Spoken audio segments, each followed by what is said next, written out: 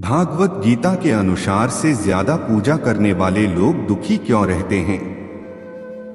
बहुत बार ऐसा देखने को मिलता है जो ज्यादा भगवान का पूजा पाठ करता है वही सबसे ज्यादा दुखी होता है, जबकि कोई नास्तिक आदमी जो भगवान को नहीं मानता कभी पूजा पाठ नहीं करता, कभी संतों का संग नहीं करता, वह सबसे ज्यादा सुखी जीवन जीता है।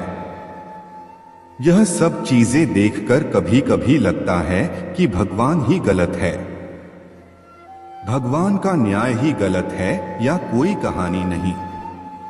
यह हर किसी के साथ होता है। दोस्तों, इस पोस्ट में हम आप लोगों को इसके पीछे के कारण के बारे में बताने वाले हैं।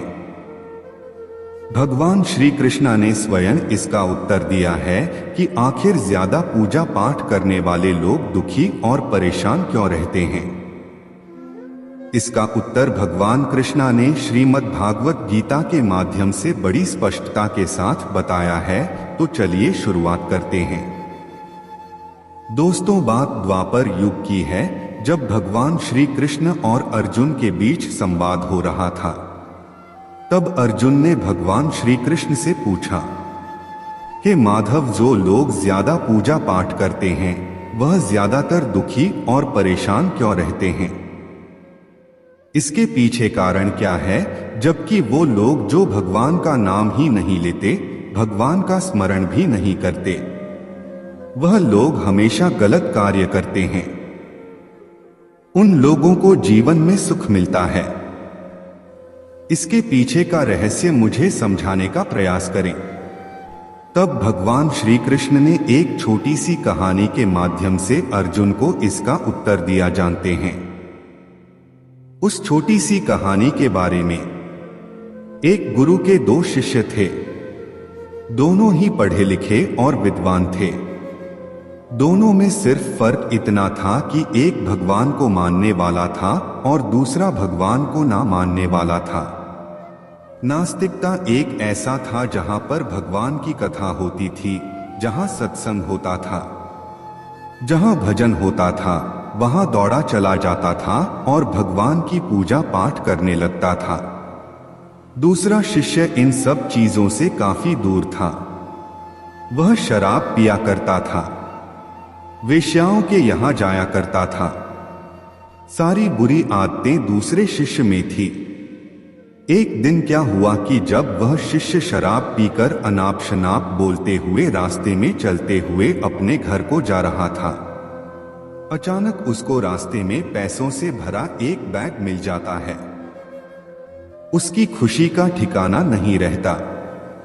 वह जोर जोर से चिल्लाते बताता है, आज मुझे पैसों से भरी भेंट की थैली मिल गई है। मेरा जीवन सफल हो गया। इन पैसों से अपने जीवन की आवश्यकताओं की पूर्ति कर लूंगा। वही दूसरा मित्र मंदिर से भजन करते हुए अपने घर को जा रहा था। अचानक उसकी पैर में बड़ी कांटी चुभ जाती है। रक्त निकलने लगता है। ठीक उसी समय दूसरा शीशे भी वहां पहुंच जाता है और हंसते हुए उसको बोलने लगता है, क्यों तुम ही हो ना जो सबसे ज्यादा पूजा पाठ करते हो, भगवान का भजन करते हो। क्या किया तुम्हारे भगवान ने मुझे? देखो, मैं कभी मंदिर नहीं गया। मैंने कोई अच्छा काम किया है? मेरे घर में भगवान का मंदिर भी नहीं है। मैंने कभी अपने बारे में सत्यनारायण भगवान की कथा नहीं कराया। भगवान के सामने कभी माथा नहीं टेका। फिर भी मैं कितना संपन्न हो, अमीर हूं।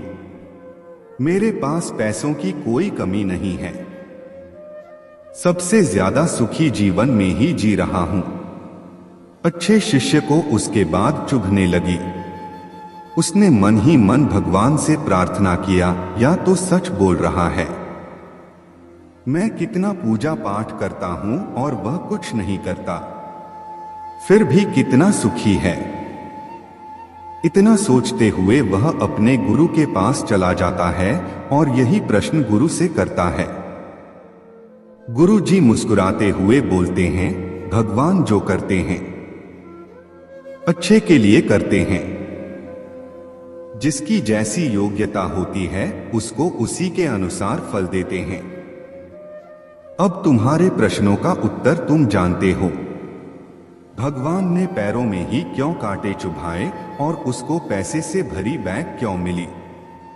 सुनो, तुमने पिछले जन्म में बहुत पाप किया था, इसलिए तुम्हारी आज मौत होने वाली थी। तुम बच गए क्योंकि तुम मंदिर गए थे, तुमने भगवान की पूजा की थी। यही कारण है कि तुम्हारी मौत ना होकर सिर्फ एक कांटा ही चुभा। अब तुम्हारे मित्र की बात करते हैं।